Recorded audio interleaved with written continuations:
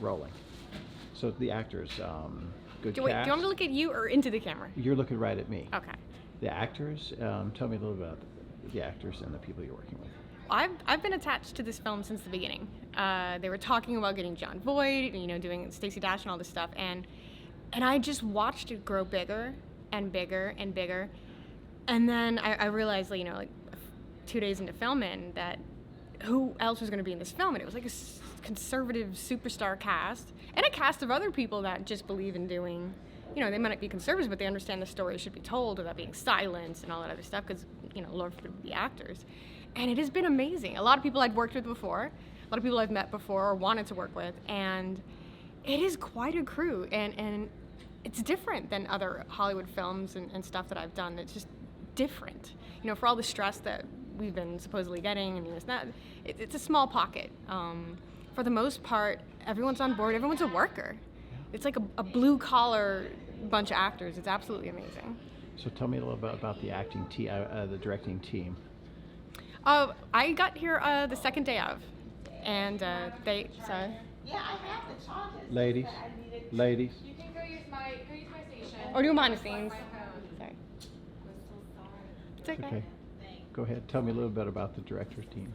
I got here the second day of, when I believe the first director was already fired, and Nick and Kathy had taken over. And so I was I didn't know I didn't work with the other director. I don't know what happened. It didn't sound good. I've heard rumors where they quit over the content. I'm like, okay. So me to tell me the director didn't read the script. They just showed up to set on the first day and was like, oh, I don't like the content, or they sucked. Or they wanted to sabotage it. Those are really the only two options that make sense.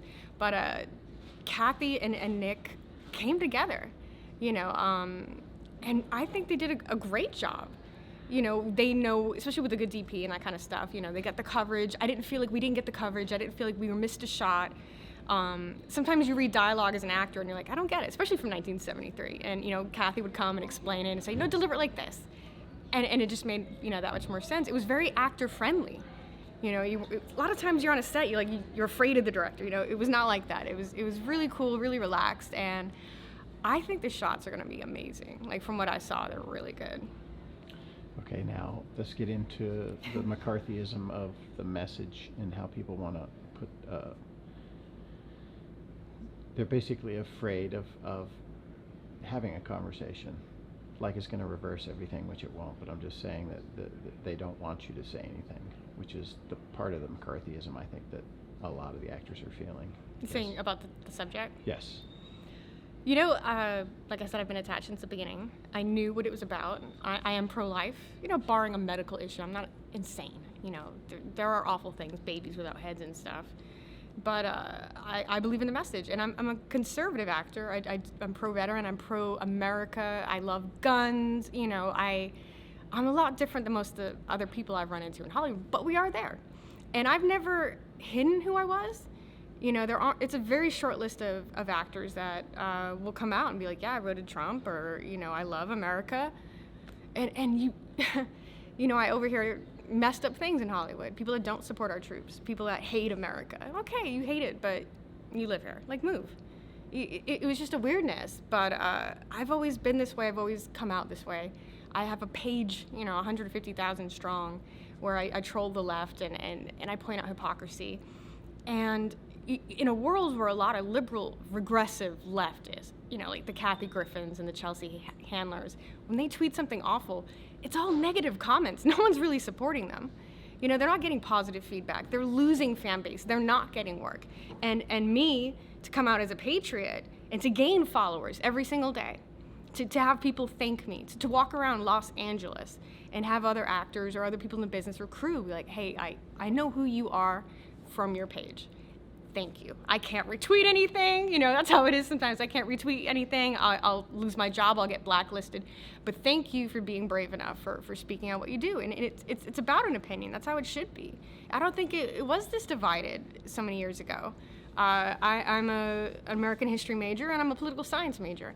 And I was lucky enough, thank God, that the community college I went to for the first 2 years, my main teacher was a colonel, a Marine colonel. He's actually a Republican, in some seat in Congress, I think, for the area. And he saved me from a lot. He taught facts because it's an art that can be wrongly interpreted one another. And I felt like I got a really good learning. And then I went to finish my degree, and I could not believe what I was being taught. There's an indoctrination going on in our college system. You have people that can't do anything with their degrees, so they teach. And that's what they do. They indoctrinate people. I was 25, I think, by the time I was getting my BA. And so I was just hanging out with the other kids on their GI Bill and stuff. I have nothing in common with, a 20-year-old. I was just, that way. And there were mandatory classes. There was mandatory classes. I had to take these keystone classes.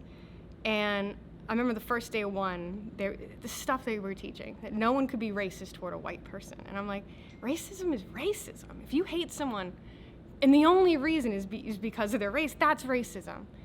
And they tried to change the words and like, oh, you have to be in a position of power. Well, that's not the definition. It never has been. It's hate. It has nothing to do with being in power or not being in power. And that's interpretive anyway. And they started saying other things and about reparations. And I'm like, I'm from Irish immigrants. I didn't do anything. And oh, you have this privilege and your life is better because of it. I'm like, I can't imagine waking up and either feeling less of a person or better of a person just because of that. I could never live with that chip on the shoulder. Same reason I'm not a feminist. People get on me for that. And I'm not a feminist because if I walked around and thought I was less of a person or not, what a chip on your shoulder. It's setting yourself up for defeat. If people want to look down on me and like, oh, she's a dumb blonde, that's a them problem. And I'm fine with people underestimating me because they can only be either impressed or I prove them wrong. So how do I lose in that? And I think everything should be like that. Everything should be a positive stance. And I like to work for what I have and all that other stuff. So college is messed up. We really need to purge our system of these professors. And they get away with things that I have no idea how or why. The stuff that they say on Twitter, the hate, the misinformation. And they're teaching your kids. And they're teaching your kids to do those things. And that's not the way it needs to be done. We're supposed to come together as Americans. I don't know what their end result game could be other than to spread hate, and I'm not about that. So tell me a little bit about what the movie goes into as far as what people imagine it's about and what it really is about. I think Roe v. Wade is a short list of cases people can name, like Brown versus education, but do they really know what it's about? And I think a lot of people would see Roe v. Wade and they know it's a win for abortion, and they assume it's going to be a pro-abortion film and stuff like that, and it's not. And to say it's a pro-life film is by chance because it is the true story. We have the life stories of the people involved. We have what really happened, and some of it was ugly, some of it was unfair, a lot of it was misconstrued. It's a very flimsy argument. You could Google it, and it'll tell you it's a flimsy argument based on privacy. And something happened, I just want to educate the people. And then they're free to be pro-choice or pro-life after that, but they should have the information in front of them. And if you've made a choice without that information, then that's wrong. That's the only thing that's wrong, is making an uneducated opinion. So the only thing that really is an argument is when do we become life? Is it at the minute of conception? Is it 1 month, 2 months, 3 months? Is it 8 months? Is it when you're born? But the minute you personally decide when that is, you have to admit that terminating that life is immoral, whatever point that is. So if you believe, I think in 3 months, then you have to believe at 4 months, it's immoral to terminate it. And a lot of people, there's a misconception, it's a mass of cells for, it's a baby very, very early on. And with the technology and everything that's out there, you can detect a pregnancy early. Roe was 45 years ago. You can detect a pregnancy earlier. What's viable outside the womb is different than it was, almost 50 years ago. You have a morning after pill for 3 days. If you have an accident, you can take it, and it's a birth control pill. It doesn't abort anything. It just stops it like any birth control would do. And so why hasn't it caught up with science? It should never have been 7 months. What were you doing the first 6 months? What were you doing the first 5 months, just sitting around and not making such an important decision? So I just want people to have the facts. And I see how terrified the left is of people being informed of what people did, how they hid the information, and they're terrified that it's going to get overturned. It's probably it'll get overturned and go to the states. That's the worst thing that could but they're so afraid, and all the misinformation people have about the subject. They're like, well, you hear the different arguments. Well, isn't it worse if they have an unwanted child and it gets adopted and it goes through foster? What an awful life. And you're like, the alternative was to be cut up into pieces and ripped out of a human being. You've never met anyone that was happily adopted or fostered? Like, their life is null because this one possibility, it could go wrong? That's not an argument. Another thing I hear that I don't think is an argument is when they say, well, it's other people's body and they can do whatever they want with it. Is it someone else's body, or is there someone else inside that body?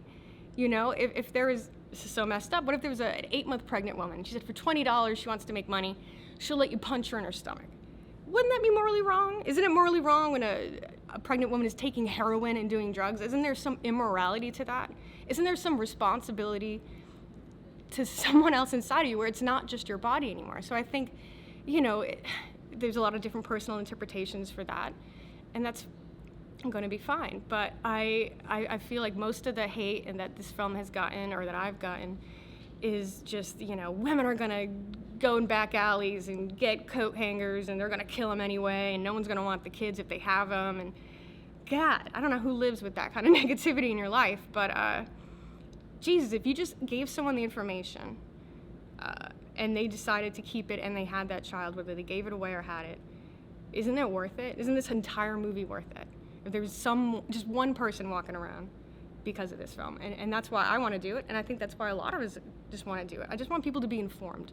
I don't want to have I've met a lot of people that were like, oh, they told me it was like a mass of cells and I aborted my 4-month, and I'm like, Jesus, why would they have to lie to you?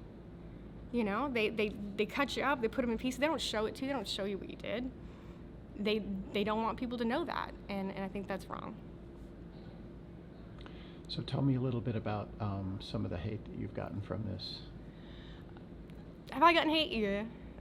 I'm kind of used to it, you know, running a political page and stuff, and I also have to keep my actor's life separate from what I politically do, even though what I do politically is kind of bigger now. So on my personal page, I share my projects, and sorry. Oh, wait a second. And so on my personal page, I'll share my projects, and I've recently started getting hate, or people you notice have unfriended you, and that's on them, isn't it? If they want to hate me because I'm an intolerant conservative, but they're the one unfriending me or writing crappy messages under what should be a positive post for me, you know, after I've done nothing but, you know, support their projects and stuff, that's a them problem, and it says a lot about who we're fighting in this.